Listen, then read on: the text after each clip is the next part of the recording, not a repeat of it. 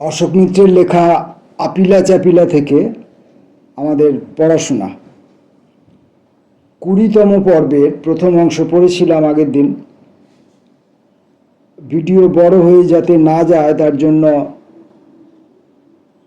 পড়াটা অসম্পূর্ণ রেখেই মাঝখানে বিরতি নিতে হয়। আজকের এই ভিডিওতে আমরা ওই 20তম পর্বের বাকি অংশটুকু পড়ব।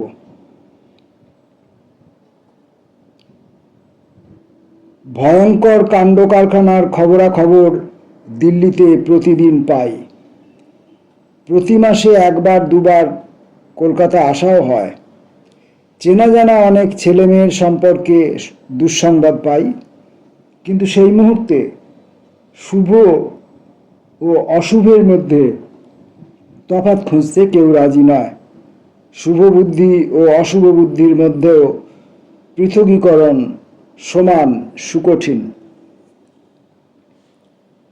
এরই মধ্যে খবর পেলাম রবি সেনগুপ্তকে পুলিশ ধরে নিয়ে গেছে নকশাল বিবেচনা করে।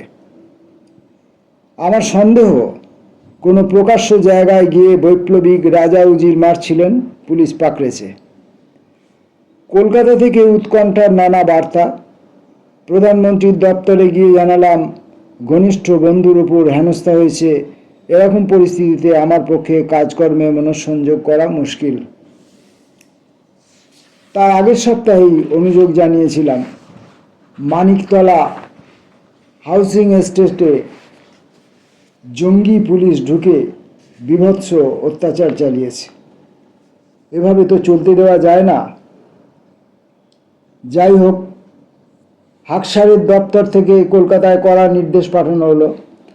অশোক মিত্রর শালককে পুলিশ চরম অবিবেচনার সঙ্গে গ্রেপ্তার করেছে, তাকে অবিলম্বে ছেড়ে দেওয়া হোক।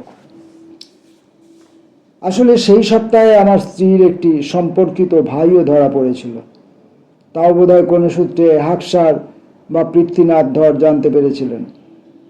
রবি সেনগুপ্ত অচিরেই ছাড়া পেলেন। তাকে কেউ কেউ অতঃপর রঙ্গ করে মাঝে মধ্যে নেপথ্যে শালাবাবু বলে ডাকতেন। পরের ঘটনা অর্থনীতিবিদ পরেশ চট্টোপাধ্যায়কে নিয়ে। তাকে উত্তরবঙ্গ বিশ্ববিদ্যালয় থেকে পাকড়ে এনে ম্যানেজমেন্ট ইনস্টিটিউটে ঢোকানো হয়েছিল। বিপ্লবের তাত্ত্বিক বিষয়াবলী ও কূটকৌশল নিয়ে লম্বা লম্বা প্রবন্ধ লিখতে পরেশের জুড়ি নেই, বাকি সব কিন্তু সাদামাটা। 3 মাসের জন্য দিল্লি স্কুল অফ ইকোনমিক্সে অতিথি অধ্যাপক হিসেবে একবার দেশের রাজধানীতে এসেছিলেন। আমাদের সঙ্গেই ছিলেন। তখনও তিনি বিবাহ করেননি। আমার স্ত্রীকে ব্যাখ্যা করে বলতেন, যার তিনি সহধর্মিণী হবেন তার এক হাতে রাইফেল থাকবে, অন্য হাতে একই সঙ্গে বোমা ও মাওয়ের চিন্তাধারা সম্বলিত রক্ত পুস্তিকা। পরে তিনি সাবিত্রী আয়েঙ্গার নামে এক রাষ্ট্রবিজ্ঞানের অধ্যাপিকার পাণি গ্রহণ করেছিলেন। সেই তামিল মহিলাকে নিজের অনুজার মতো স্নেহ করতাম। তাদের উত্তর বিবাহ জীবনের কাহিনী অত্যন্ত মর্মন্তুদ, পরে হয়তো বলার সুযোগ ঘটবে। দিল্লিতে খবর পৌঁছল পরেশ চট্টোপাধ্যায়কেও গ্রেপ্তার করা হয়েছে। কলকাতায় যিনি রাজ্য সরকারের স্বরাষ্ট্র সচিব, দিল্লি থেকে ফোন করে তাকে জানালাম, নিরীহ অধ্যাপক, তাকে জেলখানায় পুরে আপনাদের কোনো স্বার্থসিদ্ধি হবে না। তিনি একটু কায়দা করে জবাব দিলেন, খোঁজ খবর নিয়েছি, ইনি ভীষণ ব্যক্তি, বিপ্লবের তত্ত্ব কষেন, সুতরাং মাপ করবেন আমাকে, আগুনে যখন ভদ্রলোক হাত দিয়েছেন হাত পুড়বেই। বাধ্য হয়ে অন্য কলকাঠি নাড়তে হলো। পরেশকেও ছাড়িয়ে আনা গেল। তবে এরই মধ্যে দুঃসহ বিবেক পীড়ন। যেহেতু সরকারের গুরুত্বপূর্ণ পদে আছি, নিকটজনদের কিংবা বন্ধুদের কারাকক্ষ থেকে বের করে আনতে পারছি, কিন্তু আমার এই আচরণ কি যুগপৎ স্বার্থপরতা ও কাপুরুষতার চূড়ান্ত নিদর্শন নয়? হাজার হাজার কিশোর কিশোরী, যুবক যুবতী, প্রবীণ বৃদ্ধ পুলিশের জালে ধরা পড়ছেন, প্রশাসনের খামখেয়ালে অত্যাচারিত হচ্ছেন। তাদের জন্য একটু মন খারাপ করা ছাড়া আর তো কিছুই করতে পারছি না। সরকারের নীতি, আচরণ, ব্যবহার বরদাস্ত করা হচ্ছে না। ইন্দিরা গান্ধীর বামপন্থী ঝোঁক সম্বন্ধে যাবতীয় প্রত্যাশা মরীচিকার মতো মিলিয়ে গেছে। পশ্চিমবঙ্গে যা চালু হয়েছে তা যথার্থই বর্গীর শাসন। তাহলে কেন এখনো দিল্লিতে ক্ষমতার অলিন্দে বেহায়ার মতো ঝুলে থাকা? কেন্দ্রীয় সরকারের সঙ্গে যুক্ত আছি বলে একজন দুজনকে অত্যাচার অনাচারের খবর থেকে মুক্ত করতে পারছি, সুতরাং থাকা যাক, এর চেয়ে হাস্যকর অজুহাত কিন্তু হতে পারে না। এভাবে মনকে চোখ ঠাড়ার চেয়ে অধিকতর নিন্দনীয় কিছু নেই। যদি নিজের কাছে বুজরুক বলে প্রমাণিত না হতে চাই, আমার উচিত অবিলম্বে সম্মাননীয় সরকারি পদের মোহ ছুঁড়ে ফেলে কলকাতায় ফিরে যাওয়া। মানসিক অবস্থা কিছুতে কেন যে মনও লাগে না। ছেড়ে ছুড়ে দিয়ে কলকাতায় প্রত্যাবর্তন করব কি না অহরহ ভাবছি। হেমন্ত বসু হত্যার জন্য দায়ী এই প্রত্যক্ষ অভিযোগ ও দিল্লি থেকে আরও অনেক কারসাজি সত্ত্বেও ৭১ সালের নির্বাচনেও মার্ক্সবাদী কমিউনিস্ট পার্টি পশ্চিমবাংলার প্রধান দল হিসাবে আত্মপ্রকাশ করল। কিন্তু নতুন দিল্লি থেকে নির্দেশ, কংগ্রেস ও তার সঙ্গে জয়াতালি দেওয়া আর যে কটি দলের সম্মিলিত গোষ্ঠী তাদেরই মন্ত্রিসভা গঠন করতে। অতএব রাজ্যপালের তরফ থেকে আহ্বান, মুখ্যমন্ত্রী এবারও অজয় মুখোপাধ্যায়। কিন্তু সিদ্ধার্থ শঙ্কর রায় দিল্লি থেকে প্রকৃতপক্ষে করতালি করছেন।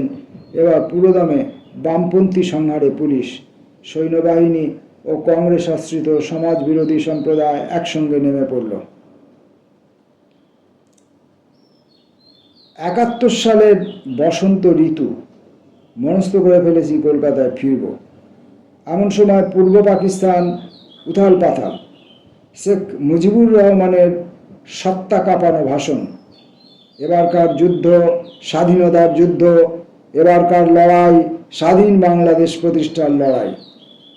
২৪-২৫ মার্চ মধ্যরাতে তাকে কয়েদ করে করাচি না লাহোরে উড়িয়ে নিয়ে যাওয়া হলো। সেই সন্ধ্যার অন্ধকার নামল। গোটা পূর্ববঙ্গ জুড়ে পাকিস্তানি সৈন্যবাহিনী সক্রিয়। ঢাকা বিশ্ববিদ্যালয়ে আবাসিক হলগুলিও আক্রমণ করে শত শত ছেলেদের নির্বিচারে গুলি করে হত্যা। আরও কয়েক হাজার ছেলেকে বন্দী করা হলো। অধ্যাপক নিবাসগুলি একটির পর একটি প্রচুর পরিকল্পনা সহযোগে আক্রান্ত। অধ্যাপকদের সম্পর্কে প্রচণ্ড আক্রোশ।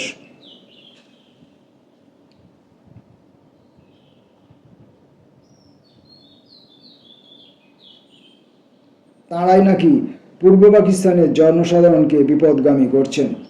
যারা যারা পালাতে পারলেন না তারা খুন হয়ে গেলেন। এই ধরনের হত্যালীলা পূর্ববঙ্গের প্রতিটি শহরেই অনুষ্ঠিত হলো। অনেকে আত্মগোপন করতে পারলেন, আবার অনেকে পারলেন না। যারা সফল হলেন তাদের মধ্যে কেউ কেউ ত্রিপুরার সীমান্ত দিয়ে ভারতবর্ষে ঢুকলেন, নয়তো পাকিস্তানি সীমান্তরক্ষীদের প্রহরা এড়িয়ে বনগা দিয়ে। গোটা প্রদেশ জুড়ে মানুষের মনে আতঙ্ক, হাহাকার, বিক্ষোভ, প্রতিরোধের প্রতিজ্ঞা। দিল্লিতে খানিকটা খবর পাচ্ছিলাম, তবে খবর ছাপিয়ে নানা গোছের গুজব।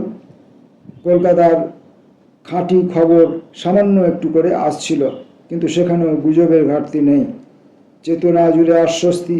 কি হচ্ছে সীমান্তের ওপারে, আমাদের কি করণীয় তা স্পষ্ট বোঝা যাচ্ছে না। মানসিক দোলাচলের মধ্যে আছি। তারিখটা বোধহয় ২রা এপ্রিল। নর্থ ব্লকে অর্থমন্ত্রকে নিজের ঘরে বসে কাজকর্ম করছি।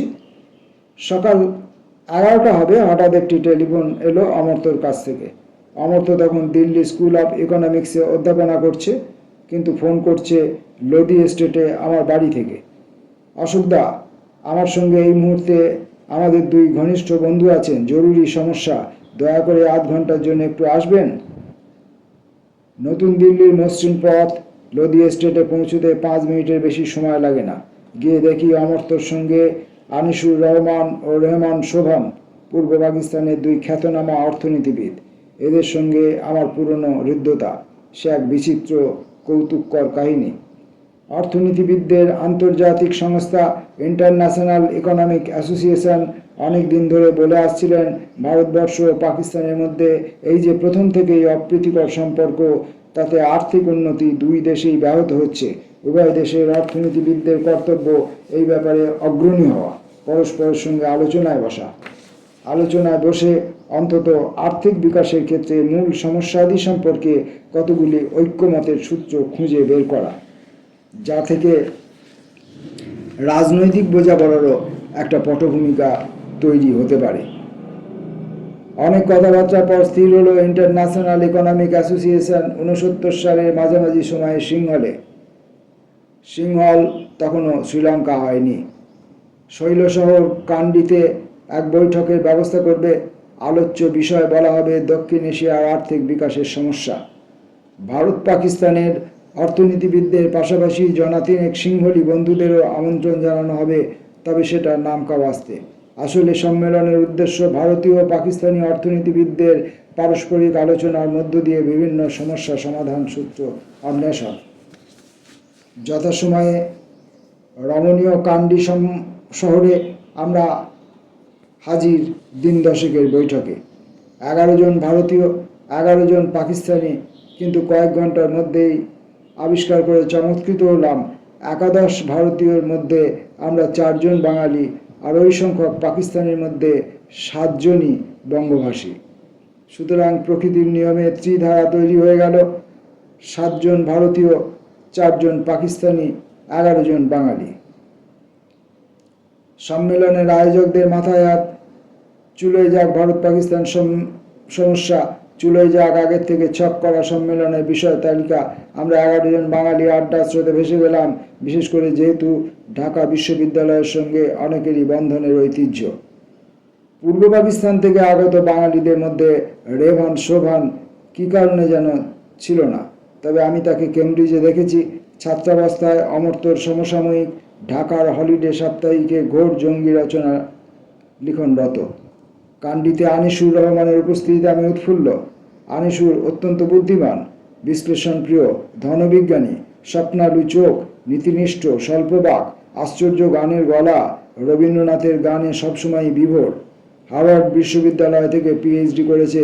ললিতা, সুখময় চক্রবর্তীদের কাছে ওর অনেক কথা শুনেছিলাম। রেহমান, আনিস দুজনেই ঢাকা বিশ্ববিদ্যালয়ের অধ্যাপক। লোকপ্রবাদ যাই হোক, বাঙালি উদ্যমের তুলনা নেই। অচিরে কান্ডির সেই হোটেলে একটি হারমোনিয়াম গোছের বাদ্যযন্ত্র সংগ্রহ করতে সফল হলাম। তারপর এক মস্ত ঘরে সারা দিন জুড়ে রবীন্দ্রনাথের গানের ঢেউয়ের পর ঢেউ। অন্য ভারতীয় বন্ধুরা চোটে লাল, পাকিস্তানিরাও ততই বচ। সম্মেলনের সংগঠকদের তো কথাই নেই। দিল্লিতে আনিস ও রেহমানকে দেখে আমার খুশি ধরে না, কিন্তু ওরা তো মস্ত বিপর্যয় মাথায় করে এসেছে। সমস্ত বিবরণ শুনলাম। 24-25 মার্চ মধ্যরাত্রিতে মুজিবুর রহমানকে পশ্চিম পাকিস্তানে পাচার করে দেওয়ার পর সারা দেশ জুড়ে অত্যাচার, হত্যালীলা। 25 তারিখের সূর্যাস্ত মুহূর্ত থেকে ঢাকা বিশ্ববিদ্যালয়ের ছাত্রাবাসগুলি এবং অধ্যাপক নিবাসসমূহ পাকিস্তানি ফৌজ দ্বারা আক্রান্ত। 1000-1500 ছাত্র সেই রাত্রে খুন হয়ে যান, সেই সঙ্গে 10-15 জন অধ্যাপক, অনেকেই আমার চেনা। আনিস ও রহমান কোনো ক্রমে ঢাকা থেকে পালিয়ে কুমিল্লা জেলার সীমান্ত পেরিয়ে আগরতলা পৌঁছয়। পথে অনেক ভয়াবহ অভিজ্ঞতা। তাদের ছেঁড়া করা মলিন জামা কাপড়, রেহমানের চশমার বাঁ দিকের কাঁচ আড়াআড়ি ফাটা, কোথায় দেয়াল টপকাতে গিয়ে নাকি আঘাত পেয়েছিল। আগরতলায় ভারতীয় নিরাপত্তারক্ষীদের সৌজন্যে তারা কলকাতায় বিমান পাল্টে সোজা দিল্লি পৌঁছেছে 1 এপ্রিল গভীর রাতে। কলকাতায় ওদের তেমন চেনা জানা নেই। দিল্লিতে আমরা আছি, অথচ দিল্লিতে আমাদের ঠিকানা আদৌ জানা ছিল না।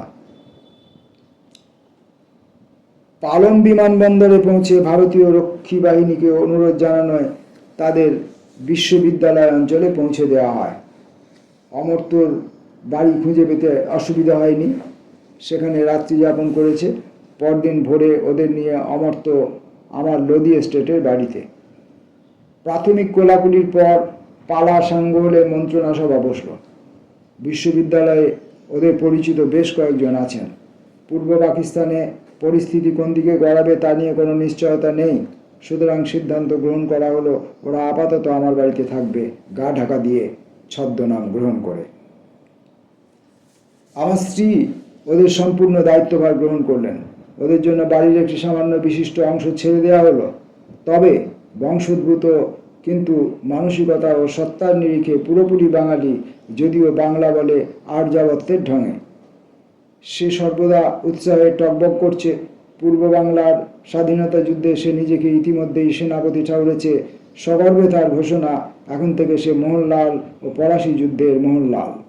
আনিসও নিজের নামের ইংরেজি আদ্যাক্ষরের সঙ্গে মিশিয়ে অশোক রায়ের নাম গ্রহণ করল। পরে এ নিয়ে সামান্য বিপদ হয়েছিল। দিন দশেক বাদে প্যারিসে থেকে লোকনাথের স্ত্রী ফ্রাঁস আমাদের সঙ্গে থাকতে এলো। একই টেবিলে বসে খানা খেতে হয়। মোহনলাল ও অশোক রায় হিসাবে ফ্রাঁসের কাছে তারা পরিচিত হলো। কিন্তু গোল বাঁধল ফ্রাঁস। বাংলা সাহিত্য, পুরাণ, সমাজ, ইতিহাস সম্পর্কে তাঁর অদম্য আগ্রহ। কলকল করে বাংলা বলে। একদিন সন্ধ্যায় আমি ও আমার স্ত্রী বাড়ি নেই। আনিসকে সে প্রশ্নবাণে বিদ্ধ করতে শুরু করলো। আপনি তো রায়, কিন্তু ব্রাহ্মণ না কায়স্থ না বৈদ্য সন্তান? আনিসের তোতলানো ছাড়া গতি ছিল না। ফ্রাঁস বুদ্ধিমতী মেয়ে, অনুমানে অনুভবে কিছুটা আঁচ করেছিল, আমাদের কাছে তা ভাঙেনি। যেদিন ওরা আমাদের বাড়িতে আশ্রয় নিল, সন্ধ্যাবেলা রেহমান ও আনিসকে রেসকোর্স রোডে হাকসারের বাড়িতে নিয়ে গেলাম। এই ইতিহাস বাইরে কারোর আদৌ জানা নেই। সেই সন্ধ্যা থেকেই বাংলাদেশ মুক্তিযুদ্ধে সহায়তায় ভারত সরকারের সংগোপন প্রত্যক্ষ ভূমিকার শুরু। আমাদের বন্ধুদ্বয়ের মারফত হাকসারের আওয়ামী লীগের নেতাদের সঙ্গে যোগাযোগে যার সূচনা। 20তম পর্বের সমাপ্তি এইখানে চলছে। এখন ভারতের রাজনৈতিক প্রেক্ষাপট বাংলাদেশের আন্দোলনের সঙ্গে শুরু হয়ে গেল। বাংলাদেশ মানে তৎকালীন পূর্ববঙ্গ, পূর্ব পাকিস্তান, এই অংশটিও শুরু হয়ে গেল। এখন আপিলা চাপিলা বেশ আকর্ষণীয় হয়ে উঠেছে আমার কাছে পাঠের মধ্যে। নমস্কার।